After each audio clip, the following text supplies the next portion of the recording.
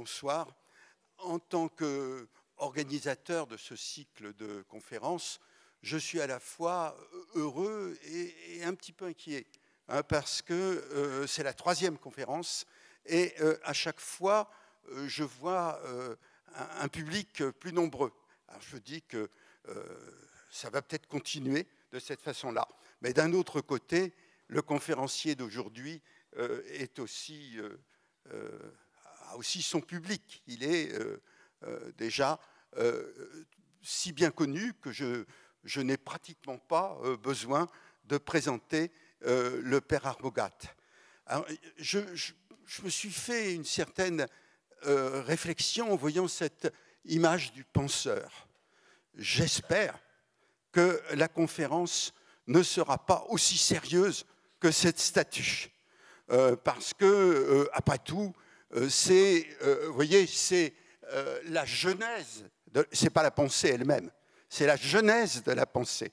Et j'espère qu'elle relève, entre la Renaissance et l'âge classique, un certain nombre d'itinéraires qui nous étonneront et qui peut-être nous amuseront. Je laisse la parole à Jean-Robert Armogat.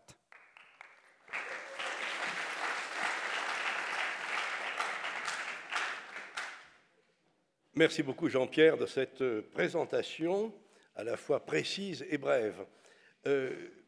Donc ce soir, je vais vous parler de la genèse de la pensée rationnelle de la Renaissance au temps moderne. C'est une question débattue et je ne prétends pas apporter la solution définitive. La question c'est, y a-t-il des révolutions scientifiques?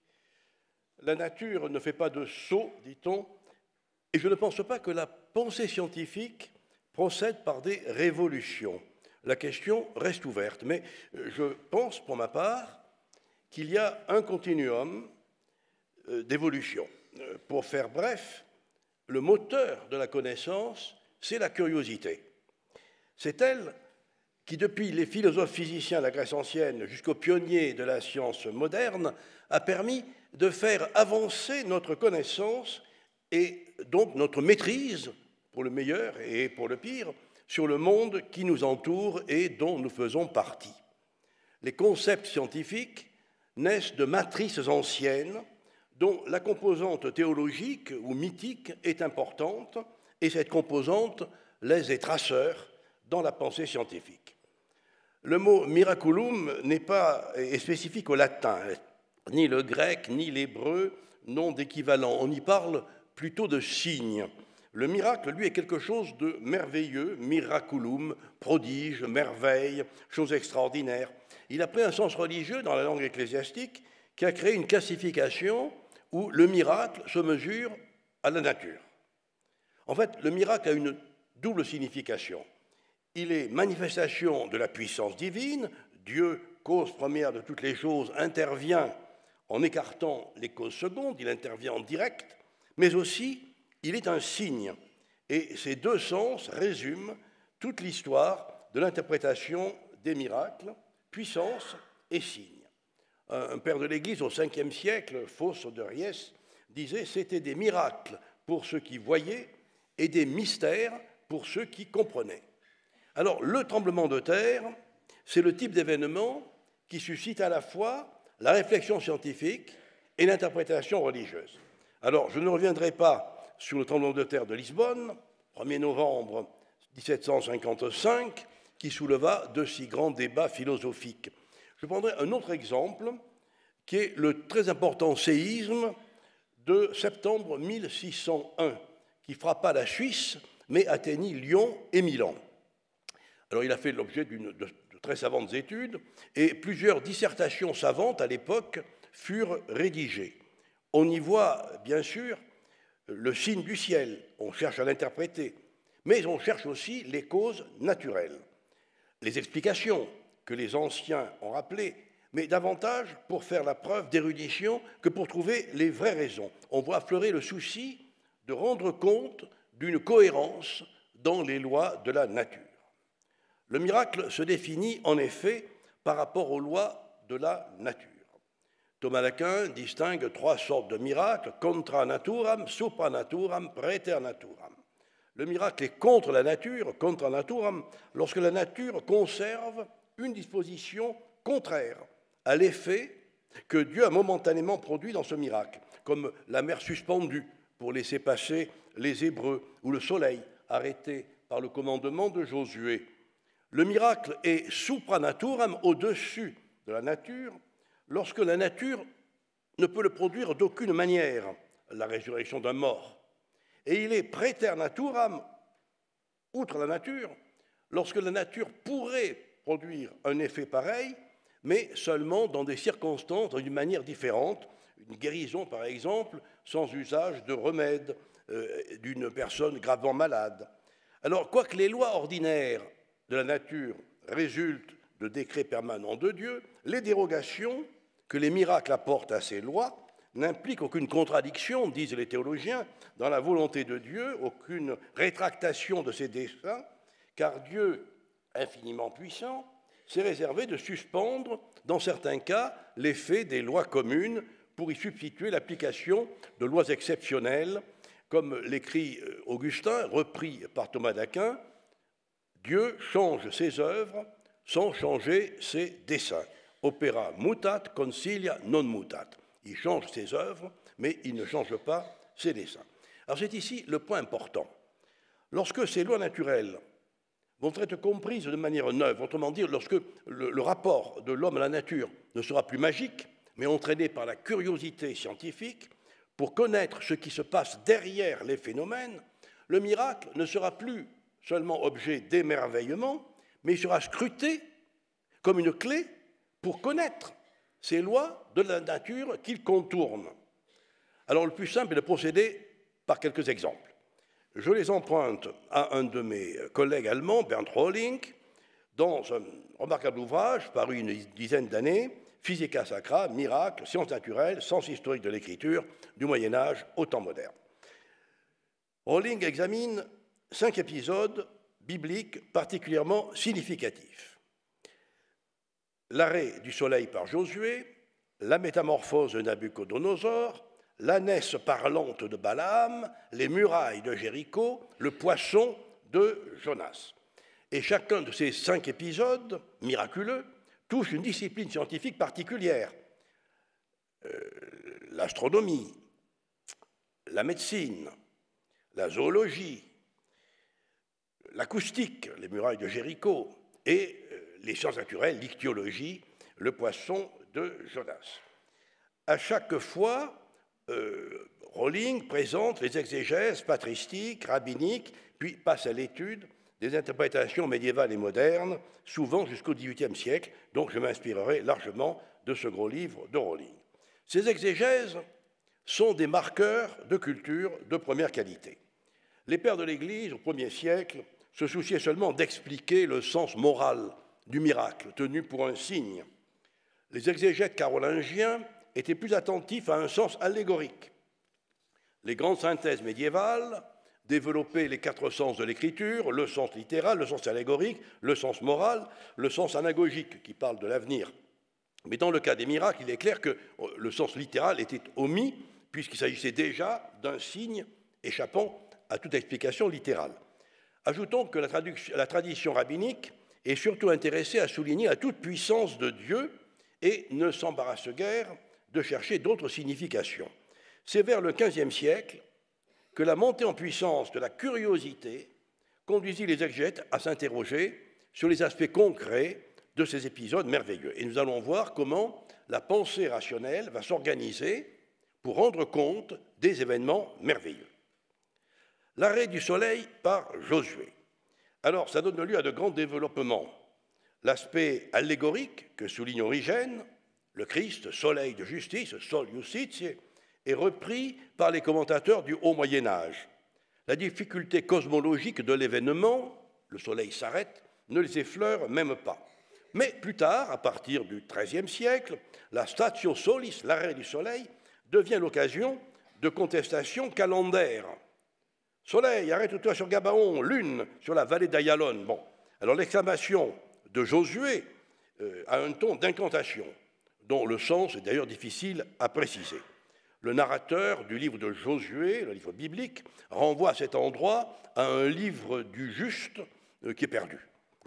Le soleil, poursuit le rédacteur du texte ancien, s'immobilisa au milieu des cieux et il ne se hâta de se coucher que pendant près d'un jour entier.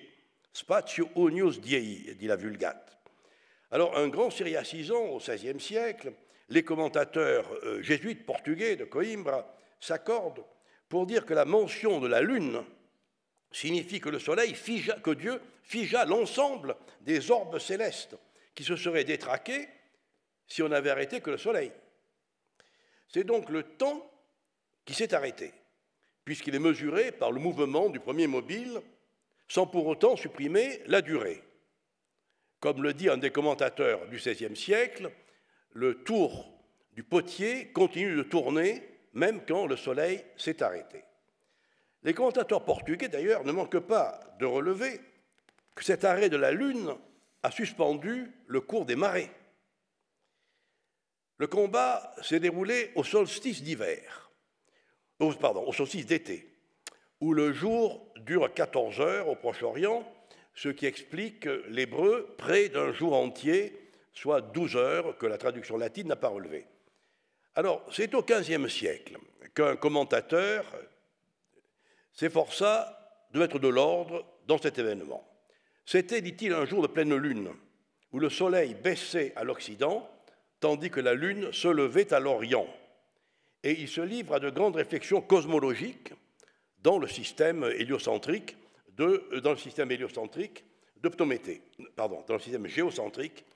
Ptolémée. Ce passage du livre de Josué se trouva, on le sait, un argument majeur des géocentristes contre Copernic et Galilée. Alors, au milieu du XVIIe siècle, l'avancée de l'héliocentrisme a quelque peu changé la donne. Josué était-il conscient de la position réelle du Soleil dans le système stellaire lorsqu'il a demandé à Dieu de l'arrêter? Aurait-il donc déjà été doté d'un discernement encore plus grand en matière d'astronomie que de le penser les exégètes qui lui attribuaient le fait d'avoir arrêté la Lune uniquement pour l'harmonie du cosmos? Et alors, pour sauver les phénomènes, les grands savants jésuites du XVIIe siècle étudièrent les phénomènes religieux, les phénomènes lumineux, comme les parélies, ce phénomène d'optique atmosphérique dû à la réflexion de la lumière solaire sur des petits cristaux de glace, jusqu'au moment où l'explication scientifique n'est plus parvenue à justifier le miracle. Deuxième point, la métamorphose de Nabuchodonosor. Alors on retrouve la fracture entre l'homme et la bête dans la métamorphose de Nabuchodonosor au livre de Daniel. Le roi est métamorphosé pendant 7 ans. Ses cheveux poussèrent comme des plumes d'aigle, dit l'Écriture, et ses ongles comme des griffes d'oiseaux, ce qui donne lieu à de nombreuses spéculations médicales. Si les premiers exégètes, après avoir tenté une explication morale, se sont appliqués à chercher des exemples, on pense aux compagnons d'Ulysse, transformés par la magicienne Circé, bien entendu, médecins et philosophes, au XVIe siècle, l'ont étudié comme un cas clinique, un phénomène psychique. Cette métamorphose a été étudiée au XVIe siècle par un médecin espagnol comme un cas de mélancolie. Ce qui paraissait être des plumes n'était que la croissance de ses cheveux et de ses poils, et les griffes étaient les longs ongles qu'il n'avait jamais coupés pendant les 7 années de sa folie. Opinion partagée par un autre médecin. Et puis enfin, Paolo Sciacca, un personnage extraordinaire, proto-médicus du pape Innocent X, qui meurt en 1659, donc première moitié du XVIIe siècle. Sciacca, ces extraordinaires Questiones Medico-Legales ont connu un immense succès. Il étudie les cas de lycanthropie, de frénésie, et du reste, dans les réponses qu'il donne aux consultations de la Sacrée Rote et de la Congrégation des Rites, il insiste sur la recherche des causes naturelles comme nécessaire avant toute reconnaissance de miracle. La science médicale du XVIIIe siècle ne fait pas en reste.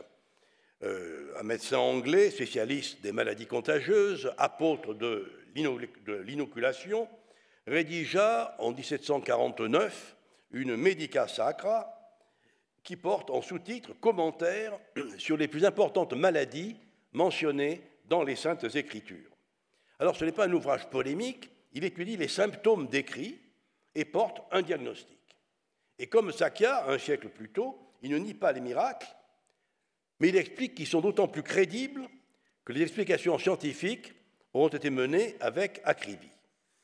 Et le grand exégète jésuite du XVIIe siècle, Cornelius a lapidé, voilà son commentaire de l'Écriture. Cornelius a lapidé, Corneille de la Pierre, Van Steen, commente le passage de Daniel et il cite les autorités médicales et pour appuyer sa description, il renvoie au traité d'ornithologie du savant italien Aldrovandi. Enfin, un savant bénédictin du XVIIIe siècle, dont Calmet, a consacré une longue dissertation sur la métamorphose de Nabuchodonosor. Il rappelle les différentes explications, mais surtout il s'étend sur le traitement de la frénésie et utilise pour cela le livre du médecin danois Bartholin, qui a découvert le système lymphatique. Bartholin a écrit un traité sur les maladies bibliques, des morbis biblicis. Depuis le sommeil d'Adam, qui a permis l'ablation d'une côte pour créer la femme, jusqu'à la mystérieuse maladie d'estomac de Timothée, disciple de Paul, un genre de dyspepsie, puisque Paul lui conseille de boire un peu de vin. Et à l'occasion de la maladie de Nabuchodonosor, Bartholin diagnostique une variante végétarienne, si j'ose dire, de la mélancolia lupina ou mélancolia canina, et Calmet résume ainsi l'examen clinique du médecin danois. Les herbes sauvages dont Nabuchodonosor se nourrissait et le froid qu'il endura purent disposer son ventre à se lâcher et à purger les humeurs.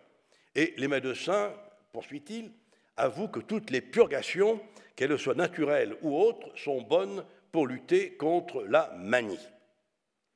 En particulier, le médecin catholique Lemnius a écrit un gros bouquin qui est un compendium de phénomènes occultes, des prodiges de la nature de croyances populaires, traduit par les occultes merveilles et secrets de la nature.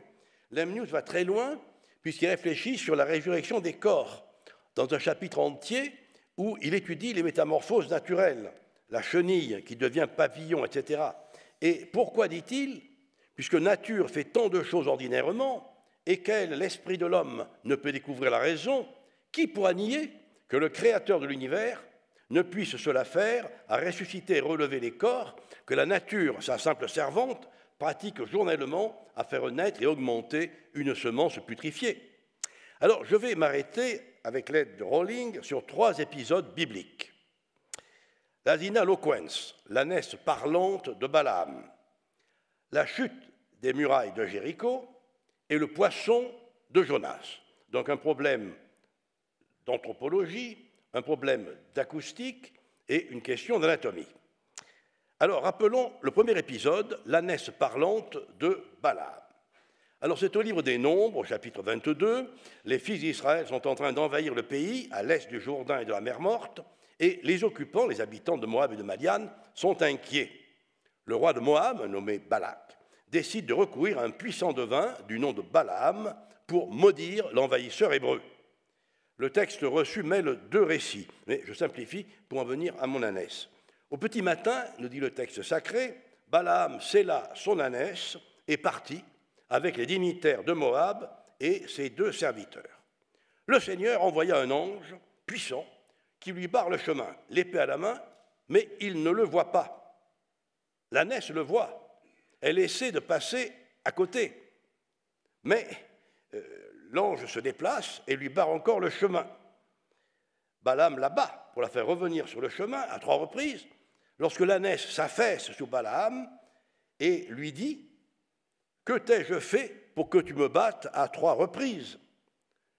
Balaam ne s'étonne pas de la prise de parole de sa monture. Il lui répond « Tu ne m'obéis pas. » Mais l'ânesse reprend « Mais je suis ton ânesse et j'ai l'habitude de t'obéir. » Alors les yeux de Balaam se dessillèrent et il vit l'ange, l'épée à la main, qui lui expliqua que l'ânesse lui avait en fait sauver la vie. L'histoire se finit bien, puisqu'au lieu de lancer des malédictions sur les Hébreux, Balaam se met à les bénir à la grande fureur du roi Balak, mais Balaam périra d'ailleurs plus tard sous l'épée des Hébreux. Et j'adore cette enluminure, et en particulier la tête de l'ânesse. Les premiers commentateurs chrétiens se sont intéressés aux prophètes plus qu'à l'ânesse. Pour Grégoire de Nysse, Balaam était habitué des démons, et donc il n'a pas été surpris d'entendre sa monture qui lui parlait. Augustin attribue à la cupidité de Balaam son indifférence au miracle, expliqué comme un signe divin. Dieu n'a pas accordé une âme rationnelle à l'animal, mais il a parlé à travers lui, peut-être pour annoncer que Dieu choisira les fous et les simples dans le monde pour confondre les sages. Origène rapproche l'ânesse de Balaam de l'ânon monté par Jésus pour entrer à Jérusalem, l'asina loquens signifiant que les adorateurs des idoles, comme Balaam, sont inférieurs aux bêtes. Cette exégèse allégorique est encore valide pour les commentateurs carolingiens qui manient l'antinomie. Bède, au 7e siècle, nous raconte que l'ânesse symbolise la gentilitas, qui accueille le message de l'ange, que refusent les Juifs, curieusement identifiés à Balaam, qui était madianite. Rabat de Mort, au 9e siècle, pense qu'il faut recourir à l'allégorie. Balaam représente les scribes et les pharisiens. L'ânesse, une partie des croyants, soit pour leur stupidité, soit pour leur innocence. Je cite Rabat de Mort, « Le fou est reprimandé par une monture muette, tandis que l'esprit élevé, qui devrait regarder l'humilité comme un bien, est rappelé à lui par la chair souffrante, l'ânesse qui est battue par Balaam. » Mais l'explication allégorique s'intéresse plus, je disais, au prophète qu'à l'ânesse. Une ânesse ne parle pas naturellement et ne peut pas être supérieure à l'homme dans la perception des choses surnaturelles. Alors, bien avant l'exégèse chrétienne, l'exégèse juive fut réaliste.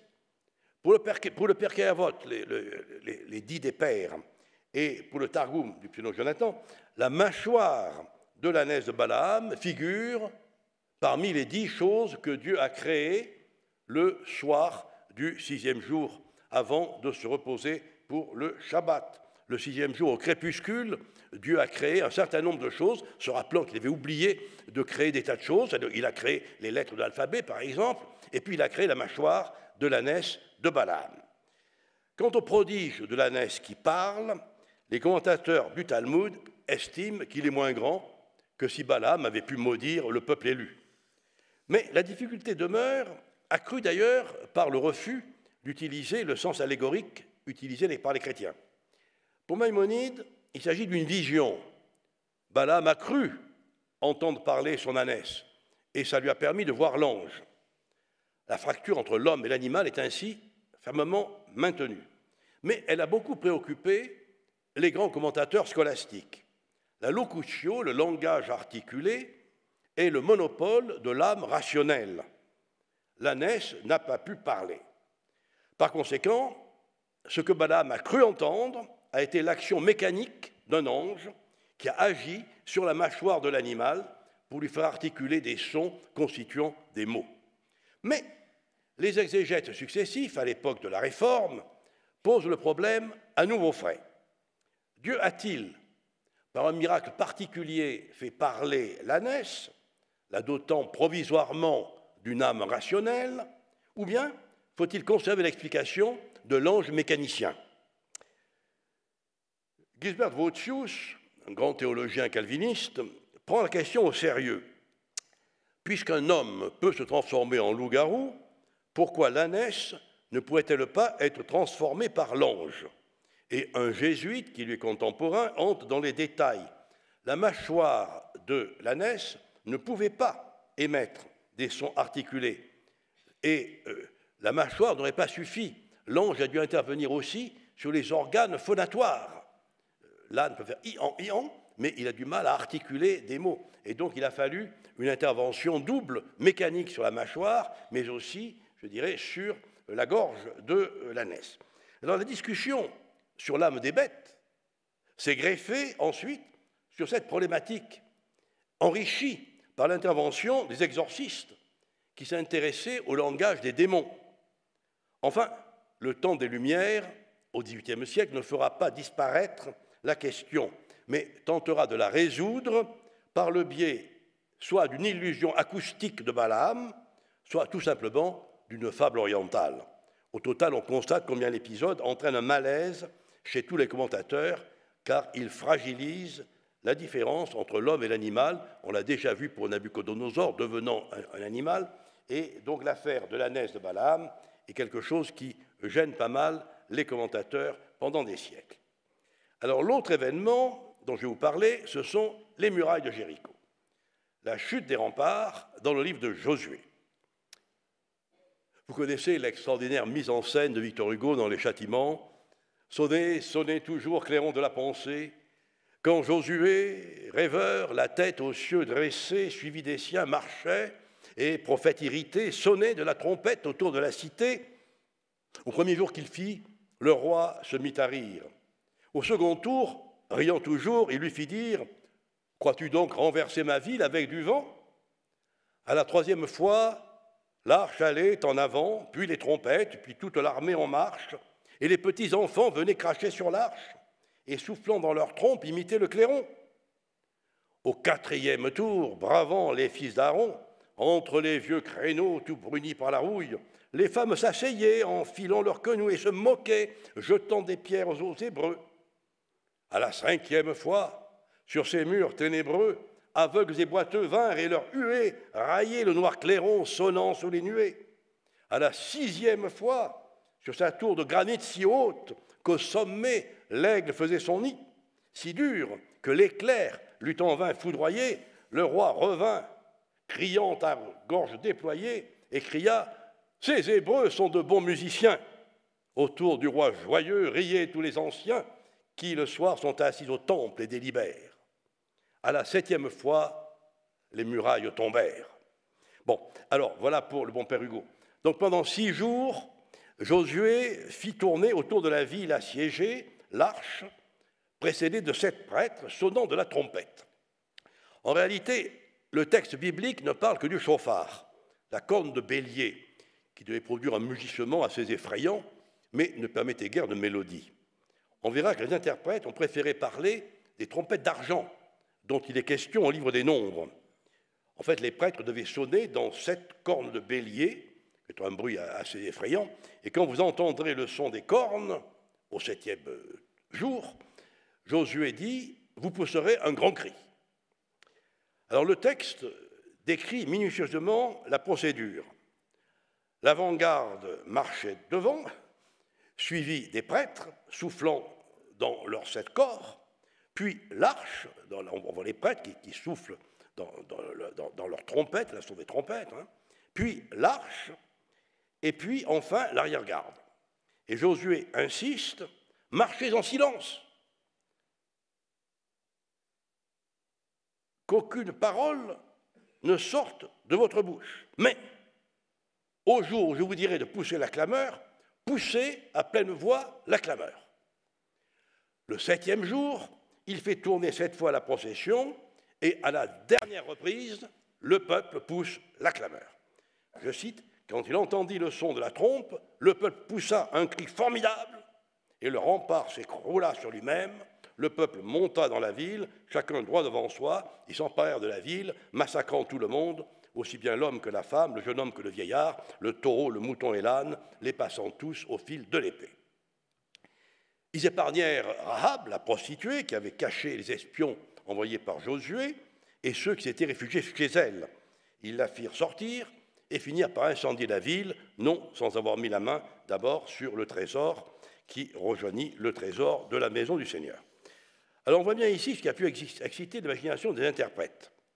Quel lien y a-t-il entre le son des trompes et la clameur et la chute des murs? Ici encore, les pères donnèrent dans l'allégorie. Les trompes signifient la parole de Dieu qui est toute puissante, qui peut briser toutes choses. Jérôme ajoute à la parole de Dieu celle des prédicateurs. Les commentateurs médiévaux ont insisté sur l'explication allégorique. Le tour de ville à 7 reprises signifie les 7 dons du Saint-Esprit, etc. L'antinomie entre la ville, le monde, d'une part, et les trompes, la parole, de l'autre. Les exégètes juifs sont plus près de l'explication physique. Le Créateur a pu combiner les lois de la nature pour entraîner l'effondrement des murs. De surcroît, remarquent les commentateurs juifs, la maison de Rahab a été épargnée. Or, on nous dit qu'elle était près des remparts, ce qui a permis aux espions envoyés par Josué de parler avec elle sans entrer dans la ville. Il y avait une petite fenêtre qui ouvrait vers l'extérieur des remparts. Donc les remparts ne sont pas totalement écroulés, car la maison de Rahab aurait disparu sous l'écroulement. Et puis, dans la tradition hassidique, le mot terroir, le son de la trompette, est référé à la cassure, le verbe roy, qui signifie casser. Alors, au XVIe siècle, les exégètes se penchent sur les instruments. Ces trompettes d'argent repoussées, décrites au livre des Nombres. Le Seigneur dit à Moïse, fais faire 2 trompettes d'argent. Alors, ces trompettes, à la différence du chauffard, qui, encore une fois, corne de bélier, ça ne permettait pas des mélodies très développées, mais ces trompettes pouvaient sonner, un peu comme nos clairons, 2 types de mélodies. Le terroir, qui était une sorte de trille pour sonner le départ pour la bataille, on y va, et le terréa, qui était un signal convenu, réunion générale. Les trompettes servaient à la fois un usage militaire, taratata, on y va, et un usage civil, pimpon, pimpon, revenez pour nous réunir. Et il rappelle le psaume 89, « Heureux le peuple qui entend l'éclat, terroir, de la trompette, chauffard ». Et un commentateur jésuite du XVIIe siècle pense que les trompettes et le cri de guerre étaient la causa moralis, la cause morale de la chute des murailles. Un ange de Dieu a fait tomber les murailles, mais il fallait que la confiance de Josué fût prouvée. Alors on ne sera pas surpris qu'au XVIIe siècle, le père Marin Mersenne, grand savant, ami et correspondant de Descartes, qui a commenté les 6 premiers chapitres du livre de la Genèse, dans son commentaire de la Genèse, qui est un petit livre de 2000 pages, et pour les 6 premiers chapitres, le reste est resté inédit, heureusement. Et alors, Mersenne s'est occupé des aspects acoustiques de l'événement. Il consacre plusieurs pages à cette réflexion. À quelle distance des murs les trompettes se trouvaient-elles? Quel type de vibration peut ébranler une muraille? Le cri de guerre hurlé par le peuple est-il entré en résonance avec le son des trompettes? Mersenne est conscient des objections que les commentateurs avaient plaidées contre une chaîne de causalité naturelle. Si les trompettes avaient une telle force, pourquoi se sont-elles révélées dans la vallée de Jéricho et pas ailleurs? Alors Mersenne remarque que la musique possède une force naturelle, vis naturalis. Il faudrait de nombreux instruments de musique et des phénomènes d'écho pour faire tomber des murailles. Il développe longuement cette triple théorie. Premièrement, non pas la puissance en décibels, mais la fréquence du son des trompettes. Petit b, les échos que les trompettes pouvaient trouver en résonance contre les murailles.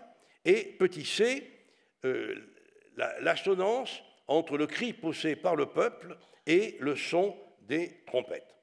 Donc cette discussion revient à donner au phénomène toute sa dimension naturelle, scientifique.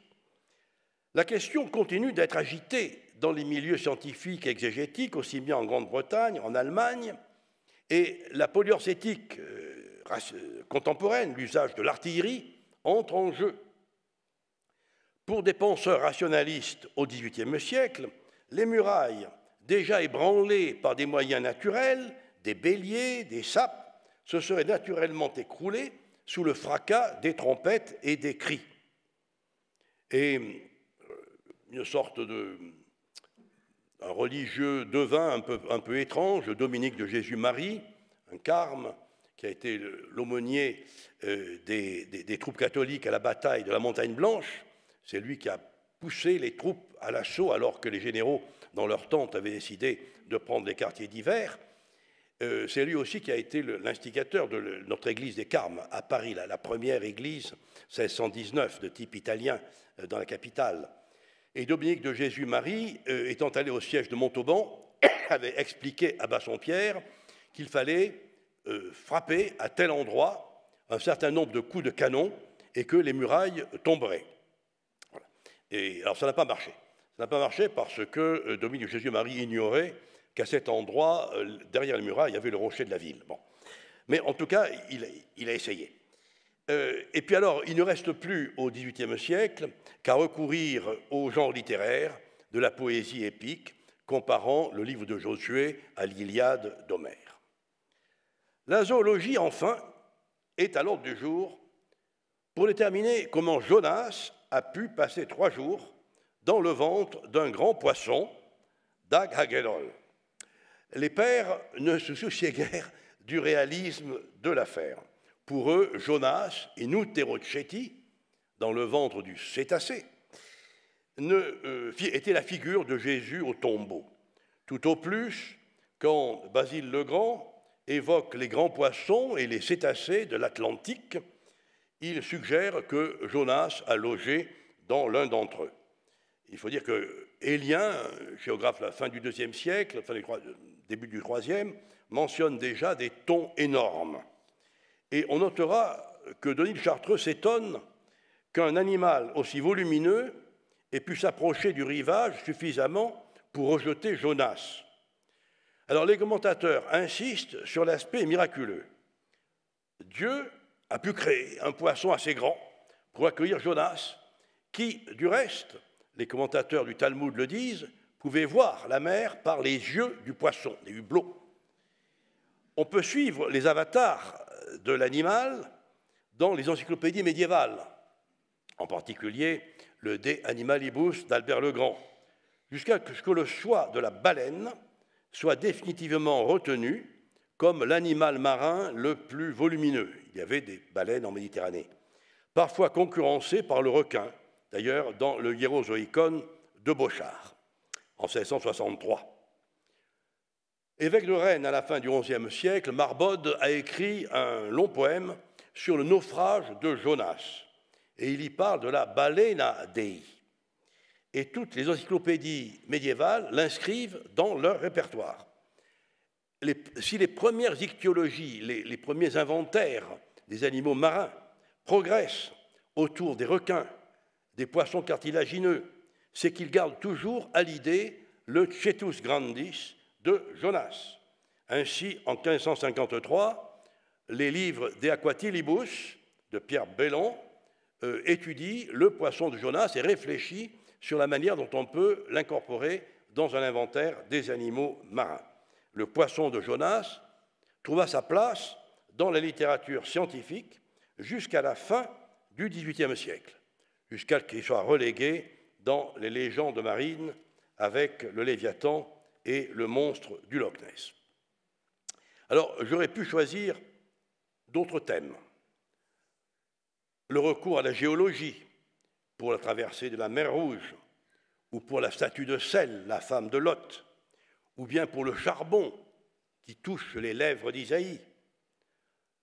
Le recours à la physique pour la hache flottante d'Élie, ou à la botanique pour le ricin de Jonas ou le buisson ardent de Moïse. Dans tous les cas, l'interprétation morale est la première. L'écriture est faite pour enseigner à vivre. Et historiquement, les premiers commentateurs ne se sont pas posés de problèmes de physique, de sciences naturelles. Pour eux, Jonas était le signe de Jésus au tombeau. Voilà. Donc ils ne se posaient pas de problème sur la nature du monstre marin dans lequel Jonas se trouvait. Alors, j'ai essayé de vous montrer comment, au fil des siècles, on est allé vers une interprétation plus littérale. Ce qui est intéressant, c'est que, alors que les premiers siècles voient dans ce discours un discours allégorique, la curiosité scientifique va s'attacher à réfléchir sur le contenu naturel, sur la science naturelle de ces événements. Et ce sont les encyclopédistes médiévaux qui vont commencer à chercher dans les Écritures des matériaux pour compléter leur inventaire du monde. Aristote, Pline l'Ancien avait déjà commencé à le faire, mais voulant aller plus loin, dans la Bible, les commentateurs et surtout les savants du XIIIe, XIVe siècle se sont efforcés de trouver des animaux nouveaux et de compléter les inventaires par ces animaux bibliques. Le poisson de Jonas doit figurer dans l'énumération exhaustive de toutes les espèces. Quand on réfléchit sur les phénomènes d'écho, on va penser tout de suite aux murailles de Jéricho. Lorsque on se demande ce que la manie, la frénésie, la mélancolie, les maladies mentales peuvent produire, on pense à Nabuchodonosor, qui a été fou pendant 7 ans, au point que ses cheveux ont poussé comme des plumes d'aigle, ses ongles ont poussé comme des ongles de monstre. C'est à l'âge des réformes que le mouvement s'accentue.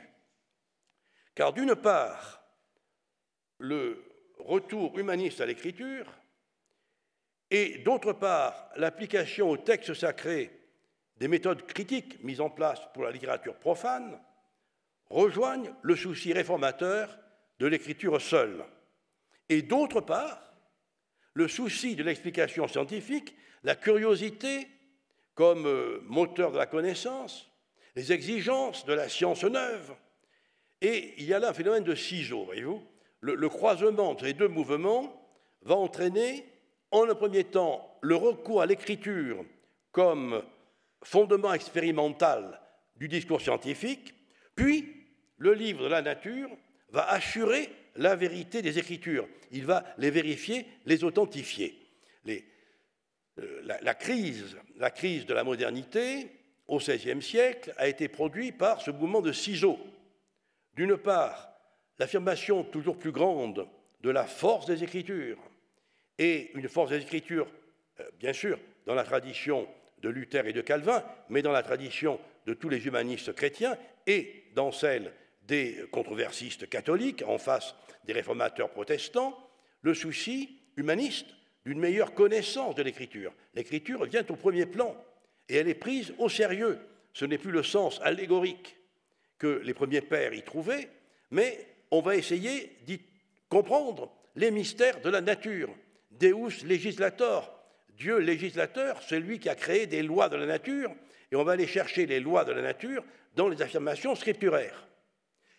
En même temps, le développement contemporain de la pensée scientifique, ce qui est un mot rapide, il faut comprendre les progrès techniques, aussi bien le gouvernail des tambours, la voile carrée que l'imprimerie.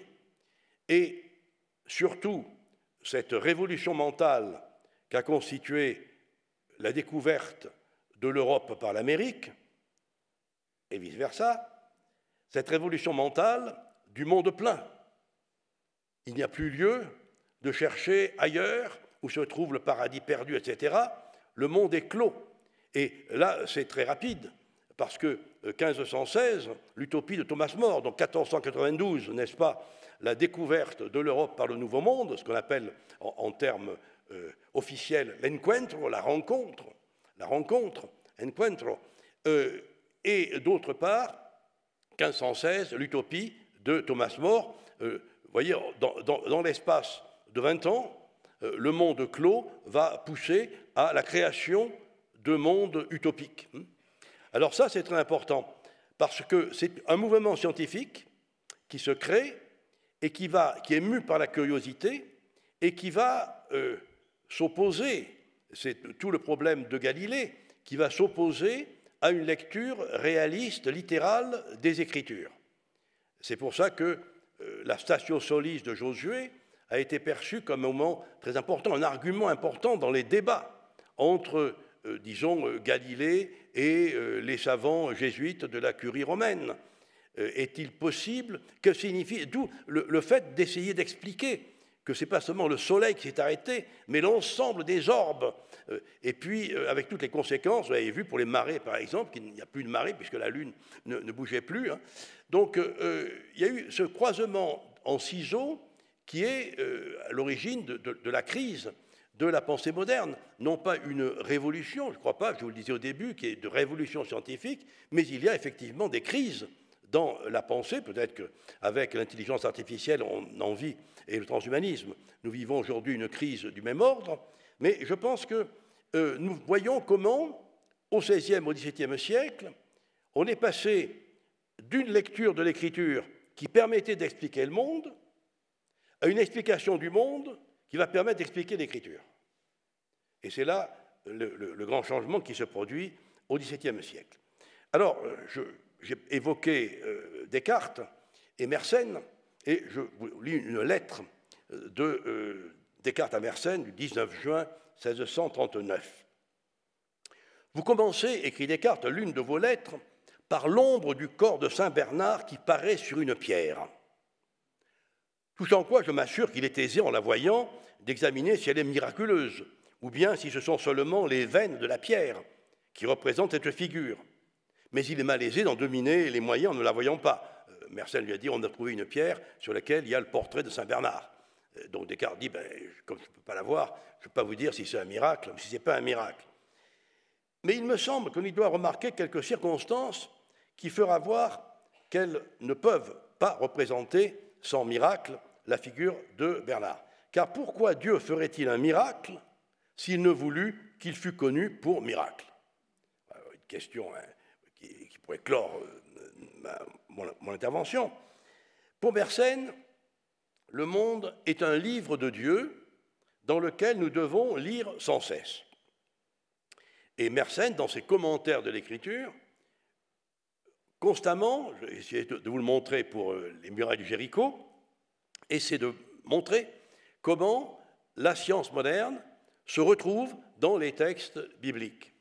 L'opposition entre les deux livres, le livre des Écritures, le livre de la nature, est désormais rabattue. L'un sur l'autre est rabattu, et cette opposition rabattue, où les deux livres sont rabattus l'un sur l'autre, va être fatale au sens historique.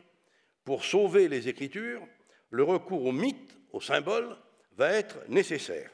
Mais la nouvelle épistémologie ne rendait plus possible le recours à l'interprétation patristique, et la vérité des Écritures va sombrer dans la fausseté et la supercherie. Je vous remercie.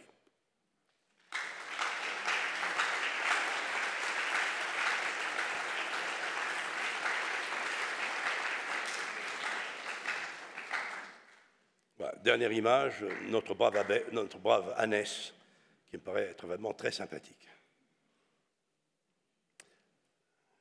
Alors, j'accepte volontiers les questions de la salle. Il doit y avoir un micro. Bonjour. Ici. Bonjour. Je suis frappé que vous ne citiez que des miracles de l'Ancien Testament et pas, par exemple, la résurrection du Christ. Je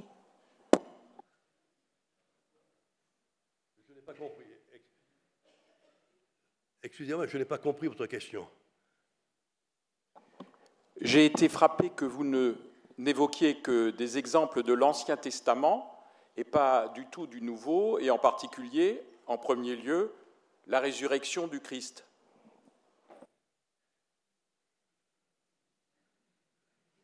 Oui, les exemples que j'ai donnés sont des exemples de l'Ancien Testament qui sont ceux qui ont fait l'objet de nombreux commentaires chrétiens et juifs. La résurrection du Christ n'a pas fait l'objet de ces commentaires physiques, vous voyez ce que je veux dire?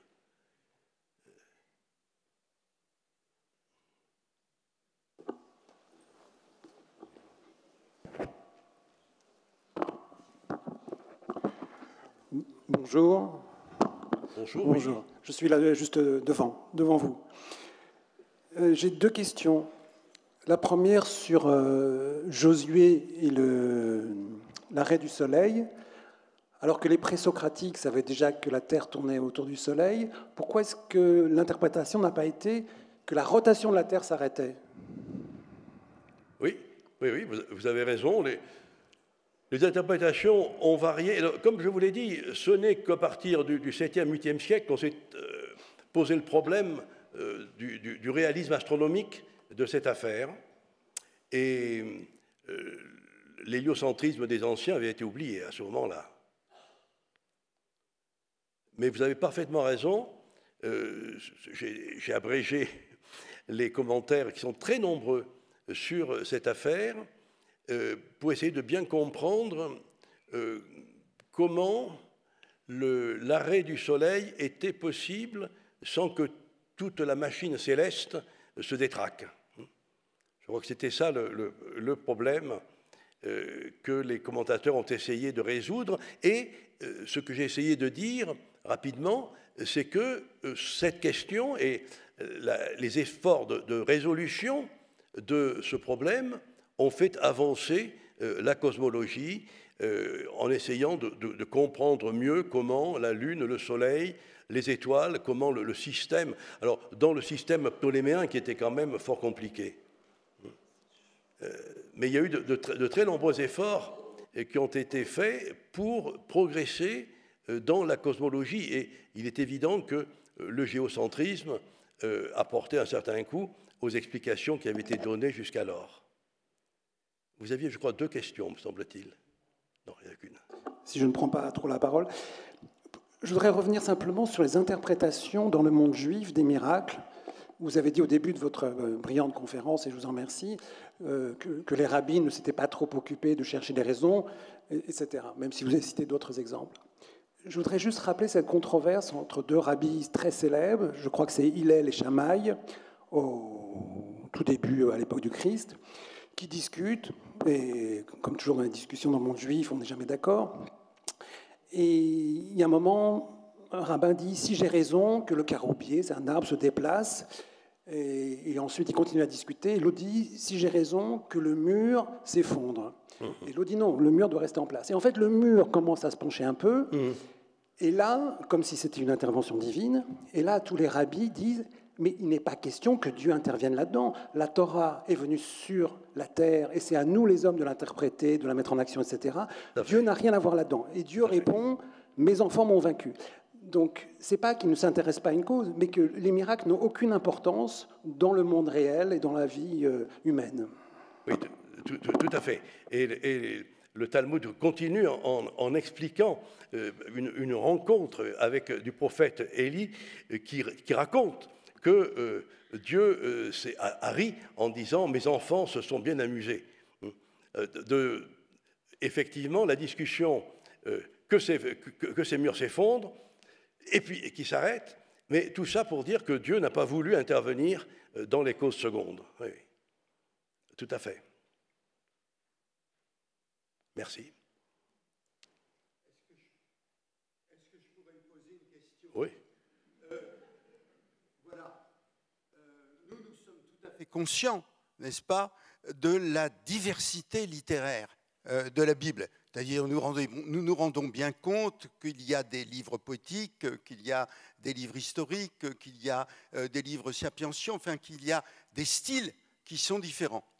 Et vous savez certainement, parce que c'est une chose qu'on apprend assez couramment, que le miracle de Josué rentre dans un chant, en réalité, une épopée exactement comparable au chant, je ne sais pas, de Myriam, je veux dire, après le passage de la mer morte.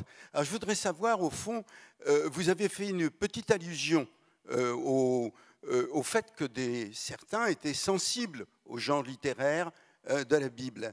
Est-ce que, à partir de quand, au fond, les lecteurs de la Bible se sont dit, bon, c'est inspiré, bien entendu, mais il y a quand même différents genres littéraires?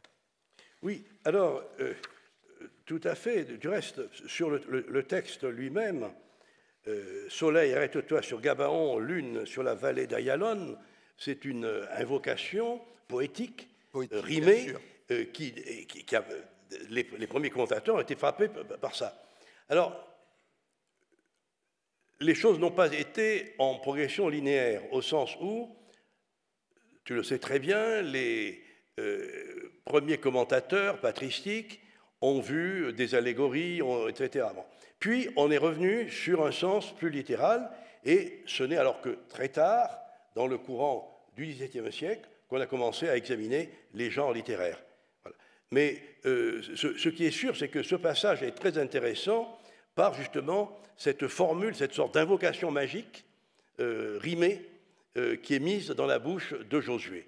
Et alors ça, c'est très intéressant parce que les commentateurs médiévaux s'en sont rendus compte et il y a des débuts d'explication en disant... Alors, parce que le problème, est-ce que Josué donne un ordre? Les commentateurs se disent, est-ce qu'il commande à Dieu? Et alors, précisément, cette invocation est plutôt de l'ordre de la prière, disent-ils, que de l'ordre donné, d'où le statut poétique qui est donné à cette invocation. Voilà. Je crois qu'ils ont été très sensibles à ça aussi, oui, sûrement. Cette évocation en particulier, je crois que c'est un des premiers exemples que cite Adolphe Flaut dans son livre sur les genres littéraires à l'intérieur de la Bible. Et mais entre le livre de l'eau qui démonte en entier, si je puis dire, la structure littéraire de la Bible et la pensée du XVIIIe siècle, il y a un grand espace, ou bien il y a des gens qui ont pu aller plus loin. Oui, et alors, en tout cas, dans ce passage du livre de Josué, on renvoie au livre du Juste, texte qui a disparu, qui est un empilement. Et alors, oui, mais je pense que constamment, ça, Henri de Lubac l'a montré, il y a eu des lectures parallèles, des lectures parallèles, les quatre sens de l'écriture, avec des insistances plus grandes sur tel ou tel, en particulier Bernard va insister davantage sur un sens allégorique et un sens tropologique, moral.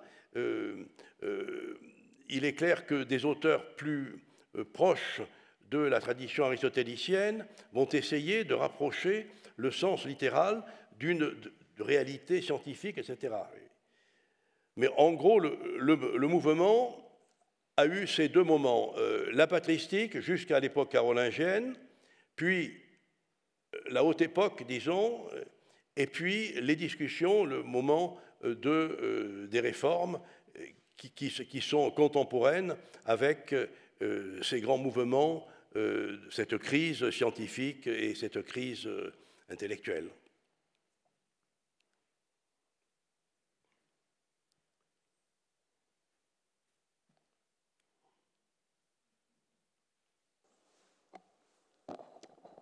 Je pose une question ici. Merci. Vous auriez pu citer les fléaux, effectivement, d'Égypte aussi, et même avec des phénomènes plus nouveaux, comme, enfin assez récents, comme le soleil qui tremble à Fatima. Ici. Est-ce que, pour revenir sur le XVIe et même avant, est-ce que l'Inquisition, par rapport à Galilée, a pris cet exemple de...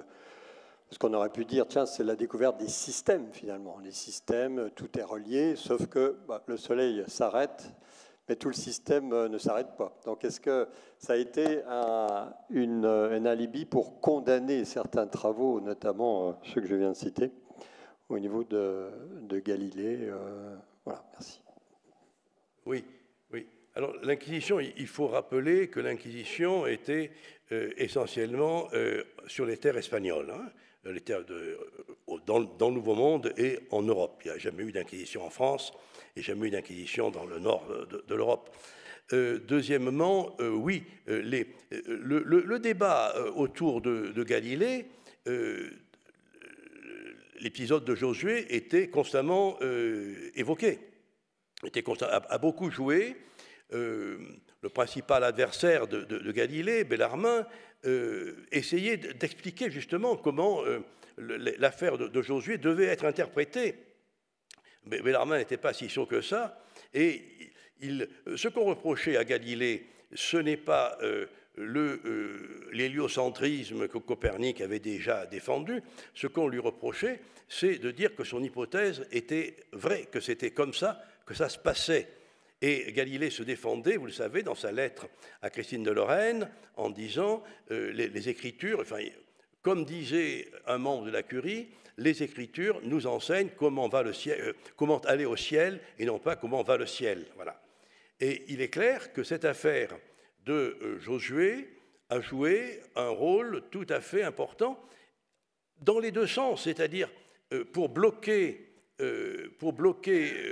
l'héliocentrisme, mais aussi pour chercher, dans le système ptoléméen, à expliquer ce qui s'était passé. Alors on fait le passage, on l'a montré, Lakatos l'a montré, le passage du système ptoléméen au système copernicien était surtout dû par un souci de facilité et d'explication. Parce que finalement, des preuves, il a fallu attendre du temps pour avoir des preuves physiques, mais l'explication était plus simple.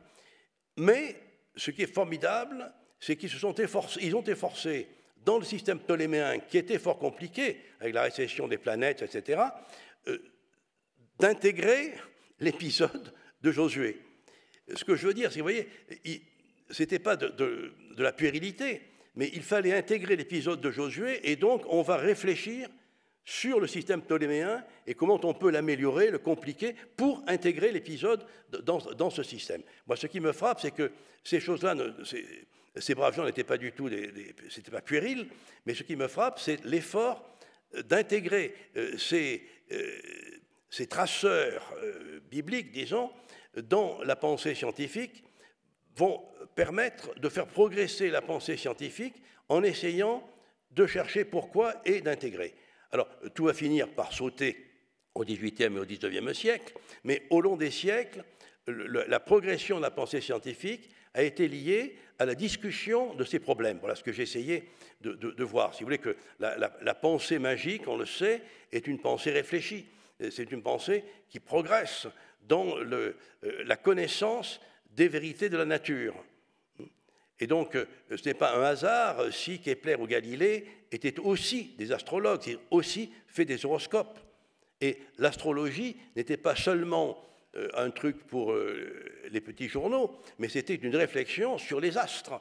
Et alors, bien sûr, il y avait un côté facile et tout, mais aussi, il y avait un côté plus compliqué de position des astres, d'essayer de comprendre comment les astres, en particulier les planètes, comment les planètes pouvaient procéder dans le système ptoléméen, ce qui était fort compliqué.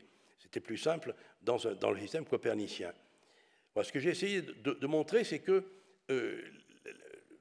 la pensée sauvage est une pensée construite, intellectuelle, et qu'elle a contribué, que notre raison moderne prend ses racines, elle n'est pas née comme ça, elle n'est pas sortie d'un coup comme Athéna, elle prend ses racines dans tous ces efforts confus depuis les siècles pour aller vers une explication. Et le moteur, ça a été la curiosité. Moi, je crois que ce qui est fondateur de toute l'épopée scientifique, c'est la curiosité. Et la curiosité, essayer de comprendre. Et là, justement, la Bible donnait une sorte d'immense inventaire de choses incompréhensibles à essayer de comprendre et d'intégrer dans un système rationnel. C'est ça qui me paraît intéressant.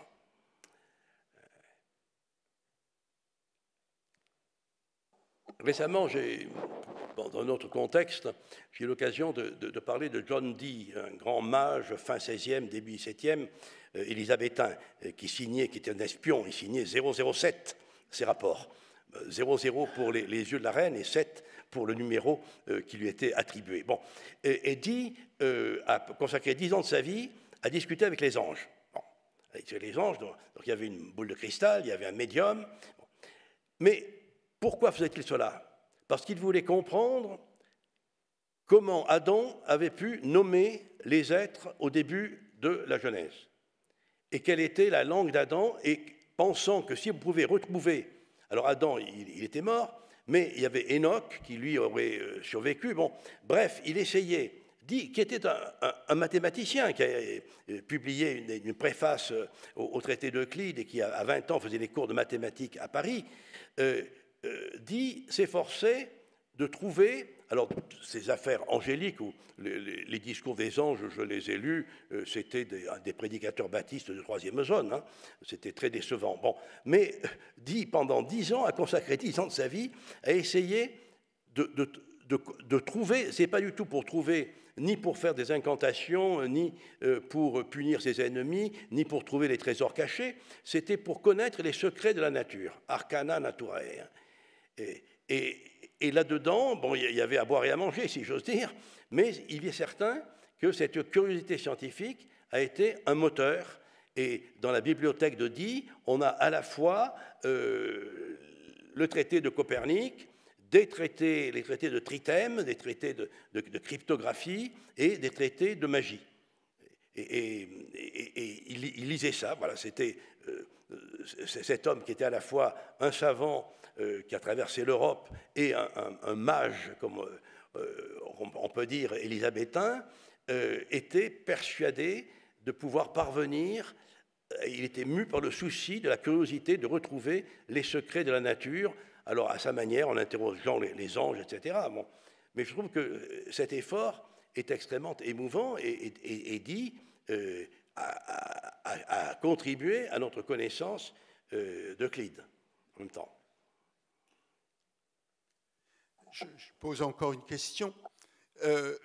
J'ai passé un certain temps de mes cours avec un médecin qui était extrêmement expérimenté.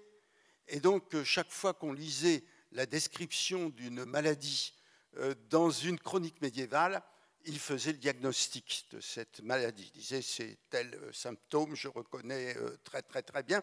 Et moi, je n'osais pas trop répliquer, mais il me semblait qu'il aurait pu plutôt classer justement les maladies comme maladies de Judas, enfin les symptômes de Judas, les symptômes de Nabuchodonosor, les crises de lycanthropie, comme les ont expliqué. Est-ce que c'est amusant ce que vous avez cité tout à l'heure, c'est-à-dire des gens qui cherchent des maladies, des descriptions cliniques dans l'écriture, sans voir peut-être que finalement toutes ces maladies ont une autre signification que les symboles cliniques des médecins. Mais alors, moi, ce que j'ai trouvé intéressant à cet égard, c'est que les traités des morbis biblicis font progresser la connaissance médicale. Et en particulier, l'affaire de Nabuchodonosor fait progresser les affaires de la manie, le délire,